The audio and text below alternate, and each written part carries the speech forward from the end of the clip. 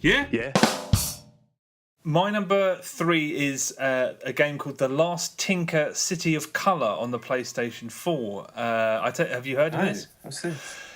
It originally came out as a PC game before the summer, I think in April or May, and now it's on PS4. It's aimed at very, very young kids. You're alerted to it straight away. I hadn't heard of this game before I played it, but there's a very enthusiastic narrator and animated crayon drawings and stuff in the opening cutscene, and it just gave the game away pretty sharpish. Also, you pick the difficulty at the beginning. It's normal, hard, and kids mode. And there's also an instant death mode, but the fact that there was a kids mode, I just thought, okay, the game's set in a very garish, colourful world made of what appears to be a cross between fabric and crayon drawings. Okay. It's a very mild Zelda-light world, and Zelda is clearly an influence because there's no jump button in the game or dialogue; it's all text.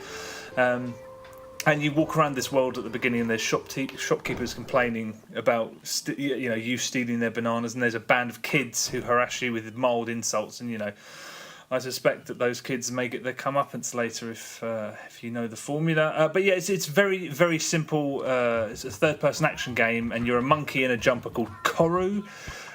Square is punch, and it tells you at one point there's a combo system, and all you have to do to activate a combo is hammer that one button. Everything else in the game is on R2. So you hold down the right trigger and you run, you jump in the right context sensitive. It's Assassin's Creed basically. Transition between scenery, etc., etc. The sort of the plot, the story is very heavy-handed indeed. But you meet this at the beginning. You meet this school teacher, and she talks about how segregation is wrong, and all colours must be allowed to come together in unity because there's these 3 different species: blue, green, and red. All colours are equal, and it's very heavy-handed. Before you know it, after you've realised what the story's about, you have to go and find a cure for your little piñata friend who got beaten up by a load of reds because the reds are very angry, and that's the plot. On PS4, this got very good reviews when it came out on PC. On PS4, the frame rate is very poor, and the animation is faintly crude, I'd say. But there's no real detail to anything. But despite that, it's very charming visually, and the target audience of young children will not care one bit about that. Needless to say. Incidentally, I don't know if the frame rate was a problem on PC, as I said. So I can't vouch for that. This is a very difficult game not to like.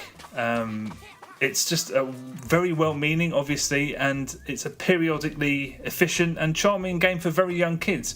And as a PS4 game that's aimed at that audience, it's 3 or 4 times better than Knack, no question. Really? It gets weirder and more visually inventive as it goes on as well. So what I thought was going to be quite a monotonous game actually is anything but visually. The gameplay elaborates a little bit. There's these colour sort of specific attacks you can do and stuff. It broadens out a little bit, but it stays...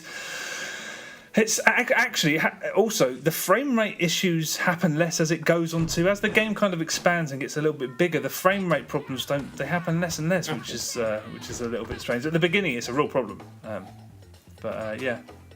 there are a couple of sort of mystifyingly poor sequences, such as there's an insta-fail chase bit, and there's one of the weakest stealth set pieces in history. Again, inspired by Zelda. But like I said, this is a very difficult game to dislike. It's way too simplistic to engage sort of most adults. But as a very tame and very forgiving introduction to sort of 3D platforming games, it's far better than I was expecting. It's not aimed at me, but it's the kind of thing I'd sort of recommend to someone with kids. Absolutely.